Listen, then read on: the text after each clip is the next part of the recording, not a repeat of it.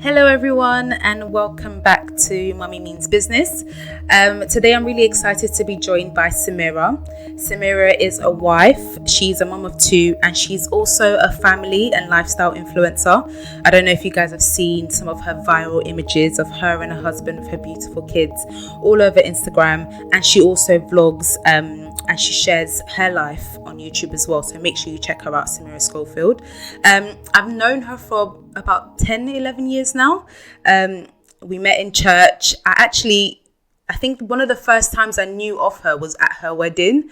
I think we went to church one day and it was the same day as her wedding, which was like a coincidence. And we're like, oh, who's this woman? But yeah, she's a beautiful soul, beautiful heart. I actually remember one of the first times of getting to know her. I think I was new into the church, and she and another sister in the church created a pack which had like great scriptures, and it had sermons, and it had like a little book which had also very encouraging quotes and scriptures, just to kind of help you, especially me as a new convert. I didn't really know how to read the Bible or really understand some sermons, so that was one of the things that stuck to my mind, and every time I think of Samira, I think of that nice gesture that she did for me. And obviously she didn't know me, and she put that pack together for me, so I'm really, really appreciative that you're on this podcast. I've always wanted you on a podcast, but I just wanted to try to find the right topic, and I found one.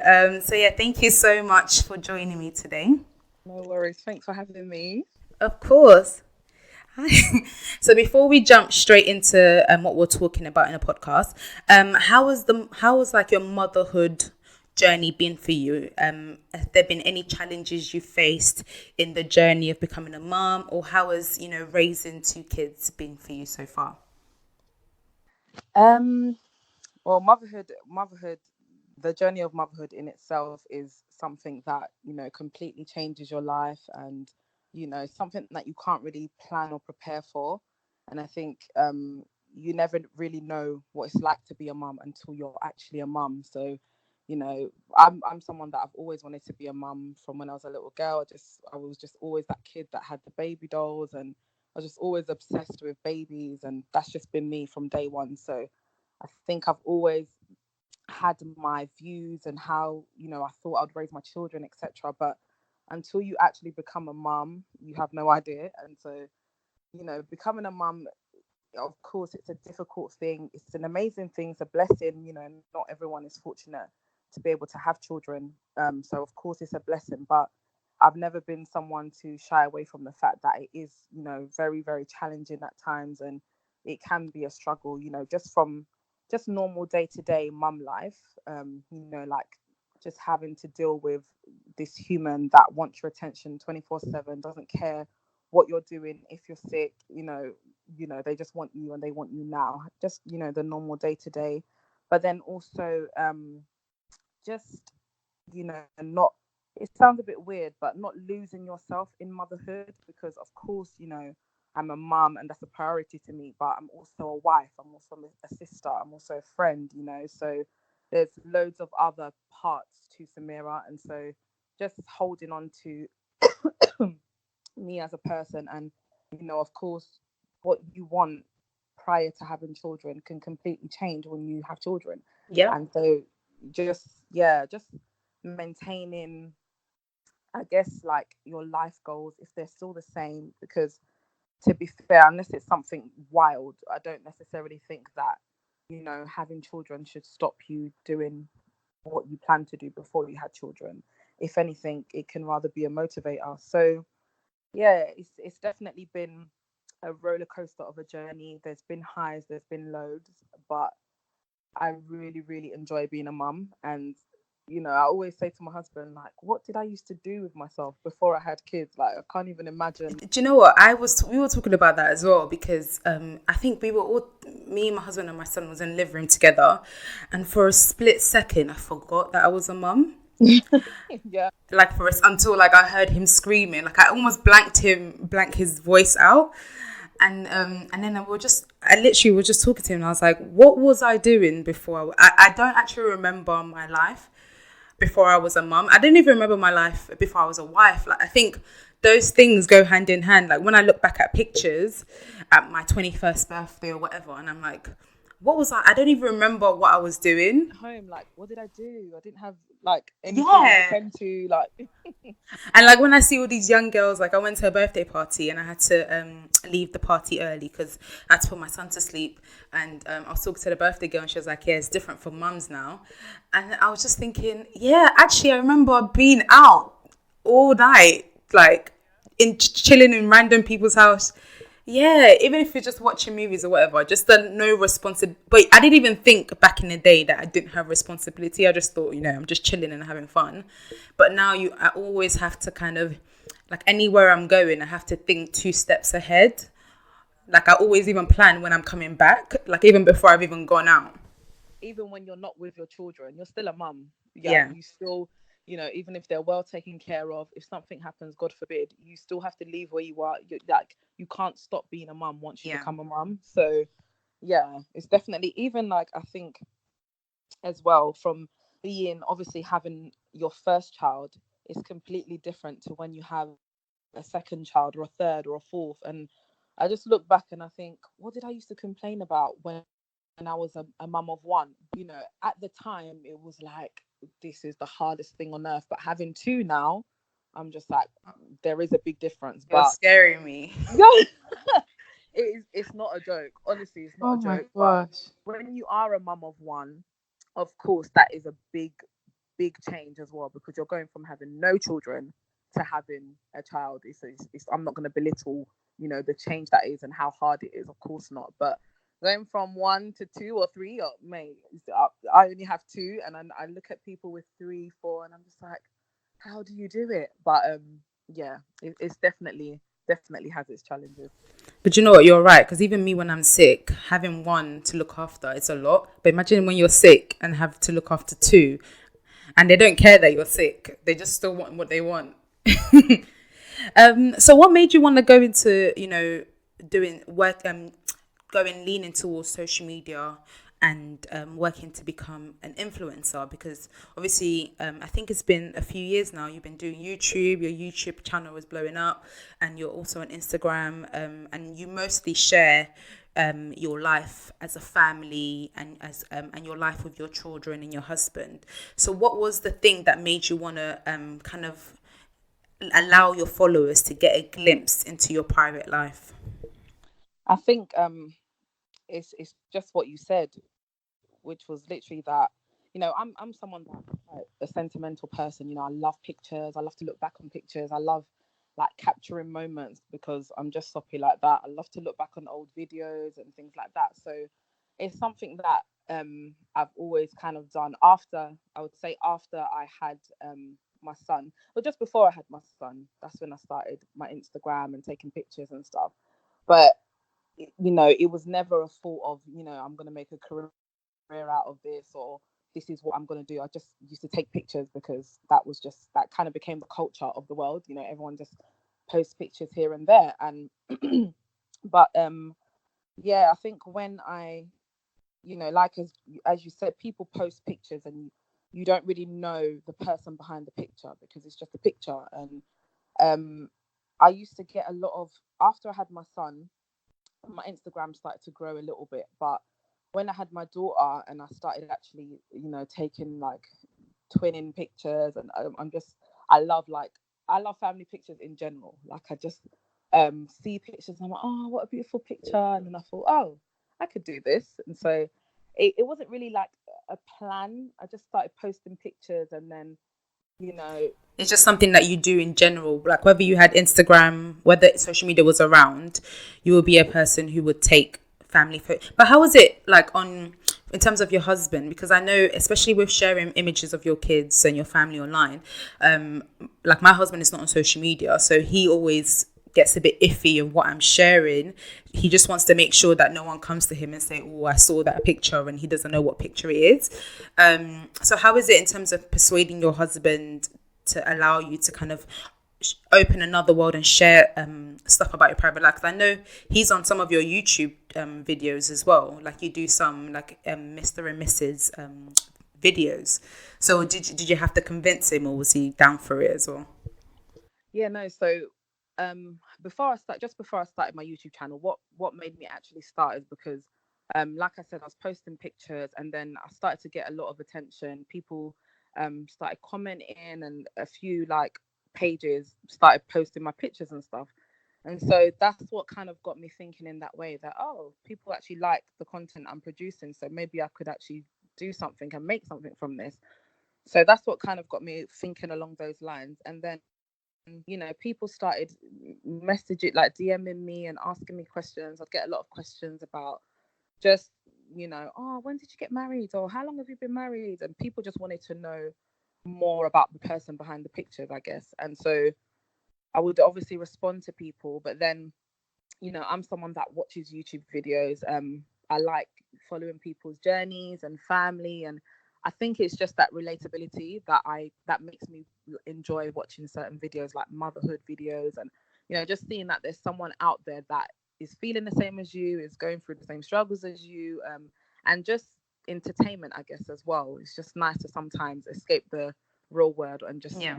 indulge in something. So that's kind of what got me thinking along the lines of YouTube.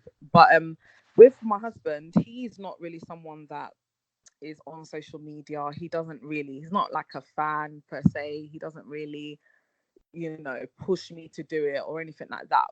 But he's not against it. Like, Yeah. although he's not a fan, he's not against it. So he doesn't have a problem with me sharing pictures or doing a YouTube video, or whatever it is I choose to do. And he's very, very supportive in that sense, that even if he didn't want to do it, he wouldn't stop me from doing it. But he has, like you said, he has actually been involved. Obviously, if it's a family picture, obviously he's part of my family. So as annoying as it is He for has to him at approve the times, pictures.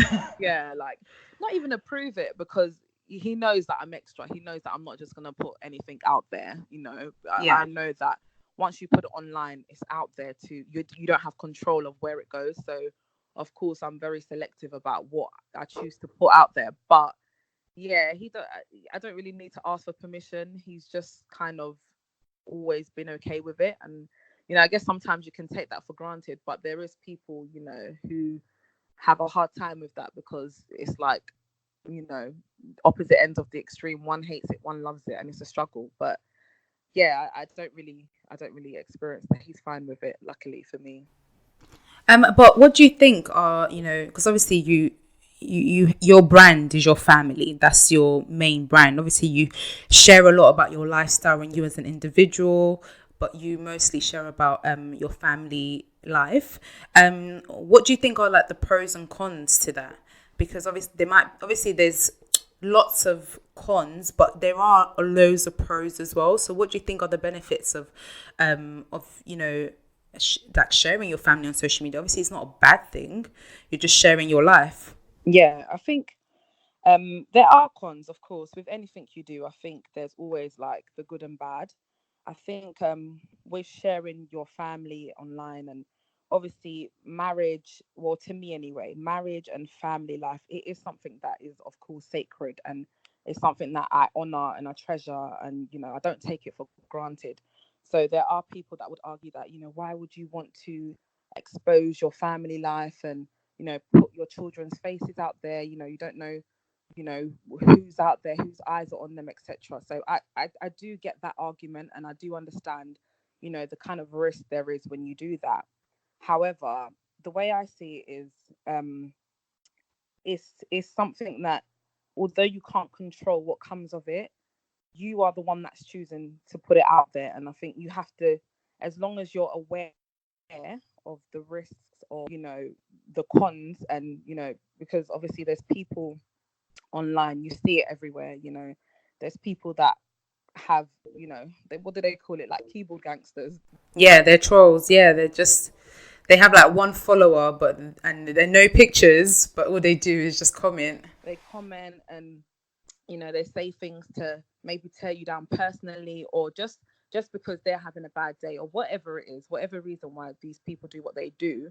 It is something that is out there. And I think, as long as you're aware of that, you can't go into it blindly and just think, oh, everyone's gonna love me, everyone's gonna love what I do, everyone's gonna agree with what I say, and you can't, because it's just, the world is not that perfect. So for me, I think the pros are the fact that the main reason why I do what I do is because I love to promote family, marriage, and just normal everyday Christian life, because that is me. And I think there is kind of stigmas associated to all these things that, if you get married young, it's not going to work. And if you're a Christian, you can't be a Christian and still have a fun life. And there's little things out there that, no, like, I want to break those stereotypes, because it's not true. You can get married young and stay married and be happily married. You can, marry someone of a different race and it works. You can raise children who are mixed and teach them both cultures. And they're things that I love to promote, and I love the fact that people can relate to that and people get inspired by that. So there's a lot of pros. There is a lot of cons, but for me, the pros outweigh the cons. Yeah, definitely. And I think once you break it down like that, it just shows how important it is for it to have some sort of representative. I think in general, I think social media has such a negative connotation towards it. People think, oh, social media, is, it causes so much mental illness, and you're sharing too much, and you need to keep your life private, etc., etc. But at the end of the day, you're controlling your narrative. You're controlling what is being shared. It's not like you're forcing your kids to be video 24/7, and you can hear like at the background your kids saying, no, I don't want to. And you're not actually sharing constantly. Like, I don't see you posting 24 posts every day. Like, you share often, but not excessively. And I think it's really good to have those positive images, like you said, of young couples who are happily married in love, showing a great healthy family, and just showing that this is actually attainable. And just because I got married young doesn't mean that, and I'm a Christian, doesn't mean that you can't be happy. But have you had to face any like mum police and trolls commenting or Yeah. negatively? But like, how did you deal with that? Yes, I haven't really had like mum police, like anyone judging my motherhood or anything like that. But I have had like, comments on YouTube and on Instagram, where people, like, there was one guy that was started commenting on one of my family pictures, and he was saying like, oh, your kids, they're an abomination, and they'll never inherit the kingdom of God because you married a white man. And even using the Bible to condemn me almost. And I've had like, you know people say things like, oh, your children don't have Ghanaian names in their name, and that's bad. You're a black woman, you're a Ghanaian, how can you not teach them? And I've had like little comments Oh where gosh. I would say maybe like, So mostly about like your relationship and your heritage, because you know what, I was watching something about on the real, and one of the ladies from Sister Tamira, she also married a white man, and she's mixed race, and she was saying the same thing, that she gets backlash, like, you're less black because you married a white woman, and your twin sister is more black because she married a black man. Like, how can you go against your race? All of that stuff, and that doesn't even like. I just don't understand that. But I'll never understand it, because obviously that's not my reality. I just think with stuff like that, I would say, that's probably, I probably had like 10% negative out of the 90% positive that I get so many nice comments, and so that it doesn't shock me, because like I said, we live in the real world. Not everyone's going to see your pictures as picture perfect. People are going to Yeah. have things to say.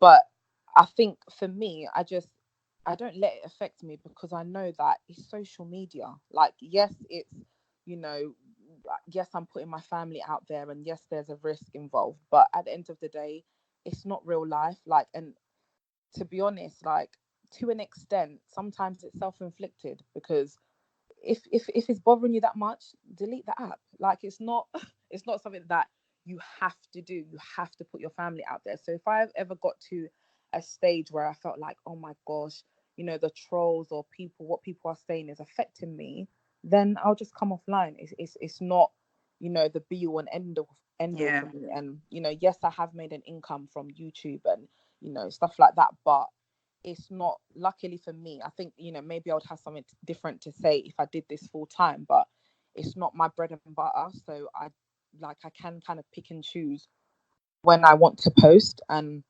yeah, I think a lot of the times as well, if that does happen, people rush to my defense. Like, people would be going back and forth in my comments for me before I've even opened the Wow. message. That's happened quite a few times. So yeah, like, of course, don't get me wrong, there is words are words, but words cut deep. People can say things and it can affect you, whether it's online or not. I'm not belittling the fact that people trolling is real. Like, people really get abused online, and it's not right. But unfortunately, I just think you have to be aware. If you're choosing to put yourself out there and your family, you just have to be aware that these sort of things can happen, and just try and create that thick skin. And even if it does affect you, don't let it affect you for too long, and keep it moving, and just remember why you're doing it.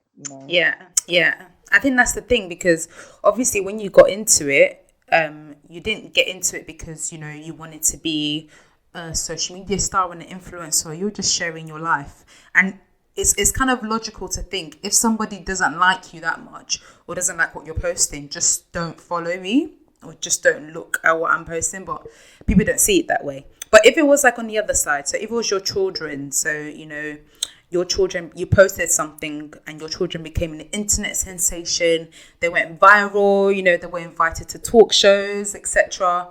And they wanted, and then they've seen this success, and they actually themselves want to pursue a career in social media influencing, but at a young age. So they're not even 16 yet, so they're very, very young.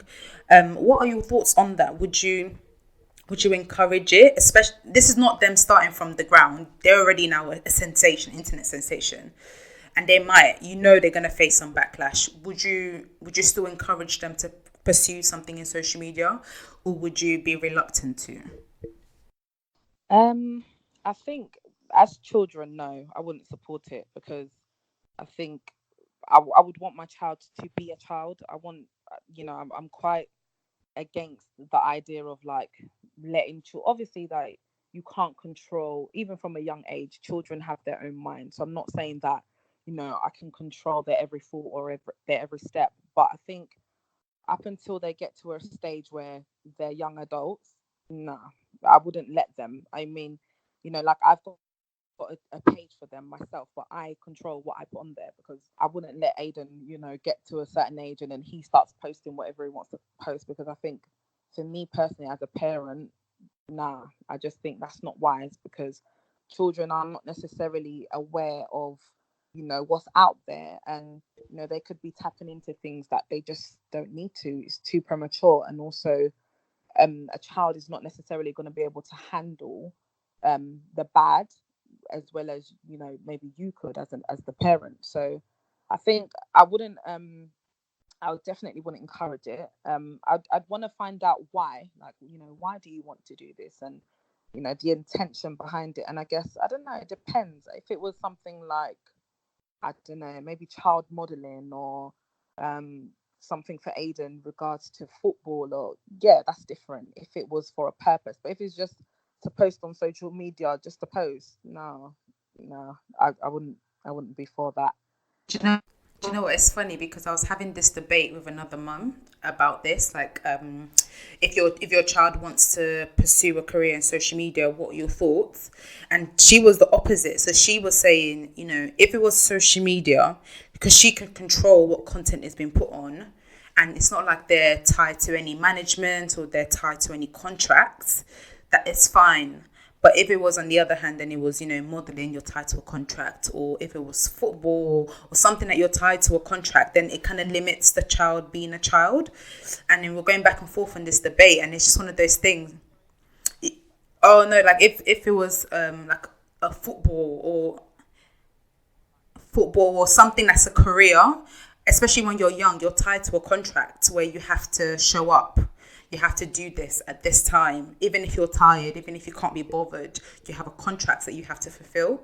And she was saying, whereas social media, especially starting off, there's no contracts. You're just kind of sharing or posting what you want to when you want to, and you can limit, or not limit, but you can still control what she can still control what her child shares. So she was saying that in terms of that's she will less likely, yeah. But then it's mad. It's weird seeing it from the other side, from your perspective.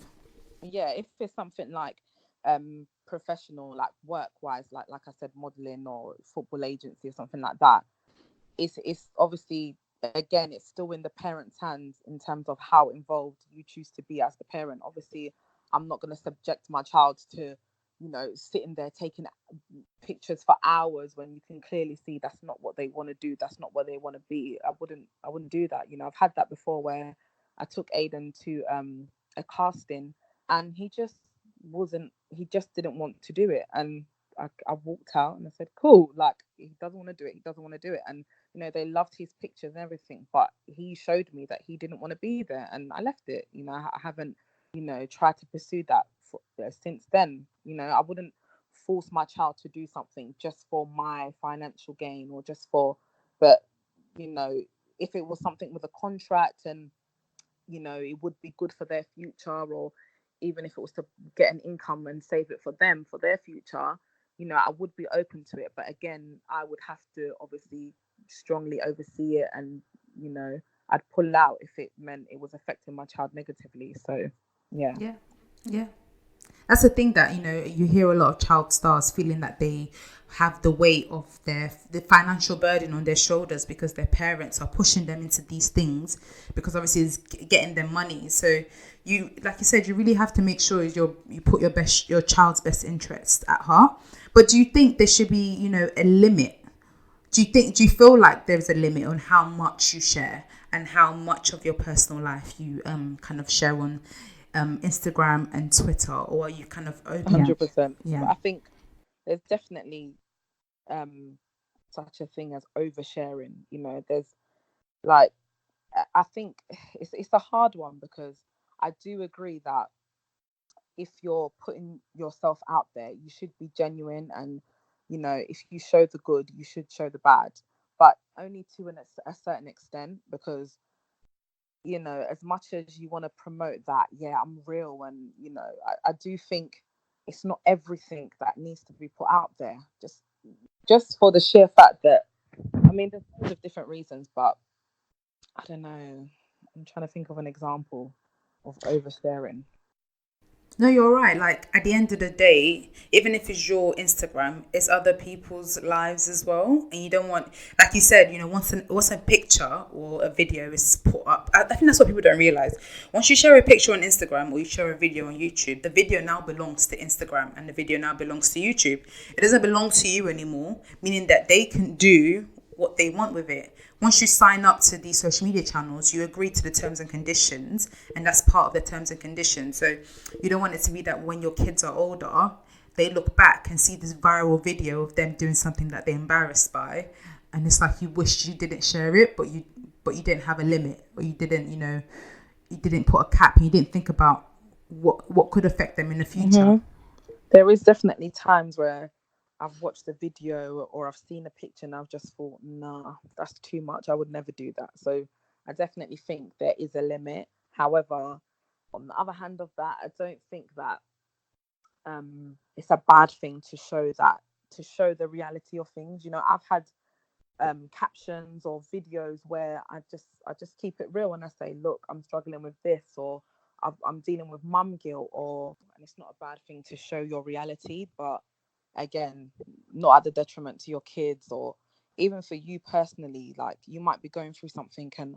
you feel very low and you feel this, and you might just be talking just because you're emotional and you feel a certain way at that time.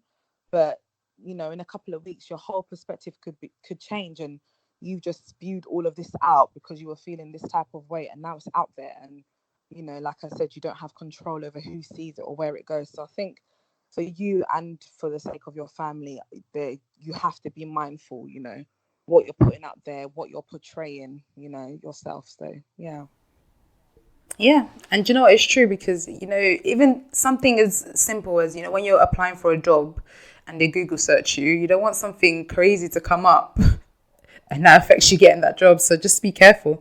But yeah, thank you so much for being on this podcast. I really appreciate your honesty and just you kind of sharing your thoughts on this topic. But one more question before you go.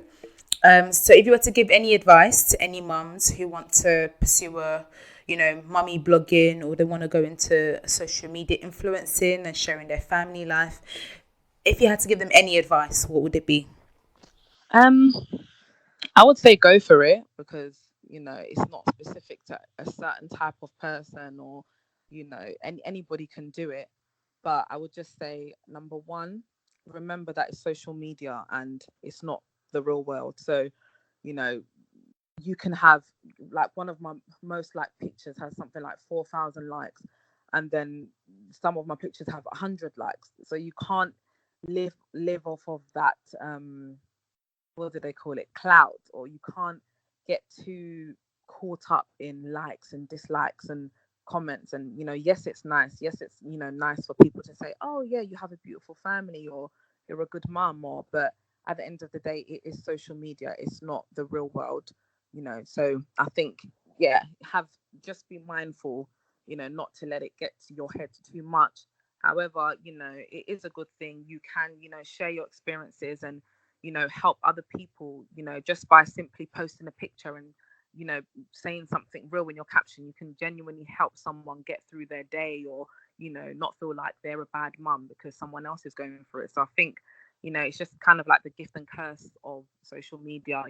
There's a lot of pros, there is a lot of cons, but yeah, if you're doing it and maybe you want to pursue a business out of it, or make an income from it, go for it. There's nothing wrong with, in my opinion, there's nothing wrong with sharing your life and your reality and making your family your brand, if it's gonna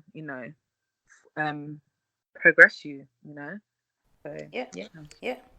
You're right, because it's all about doing it for the right reason. I remember I saw a quote on Instagram, and it said, having 1 million followers on Instagram is equivalent to having 1 million Monopoly. It's like, it might be great in the game of everything, but it doesn't actually mean much in the real world. So Just remember that it's separate from the real world. yeah, but thank you. That's a good note to end on. And thank you all for listening to this podcast. Make sure you subscribe. We have a new episode with amazing women sharing their stories every week. And this series is only going to run for 10 weeks. So we only have a few more episodes and that's it. So make sure you keep up to date with everything as it comes out. And make sure you follow Samira as well. She's on Instagram and on YouTube.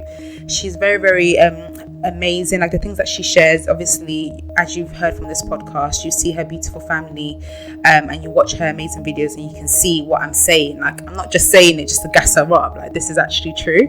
But yeah, make sure you check her out. And if you want any more information of the podcast, you can find me on Instagram as well, victoria.delay.